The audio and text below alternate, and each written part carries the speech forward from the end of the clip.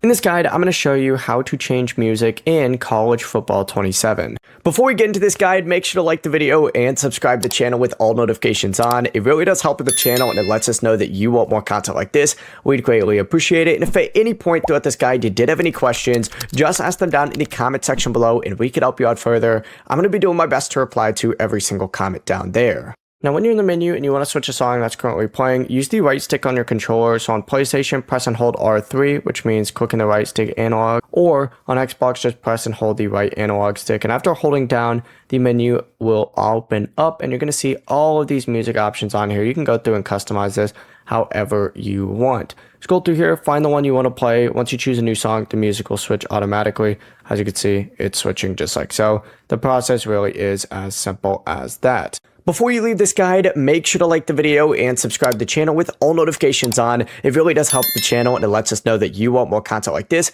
We'd greatly appreciate it. If at any point throughout this guide you did have any questions, once again, ask them down in the comment section below and we can help you out further. I'm going to be doing my best to reply to every single comment down there. Have a great rest of your day though.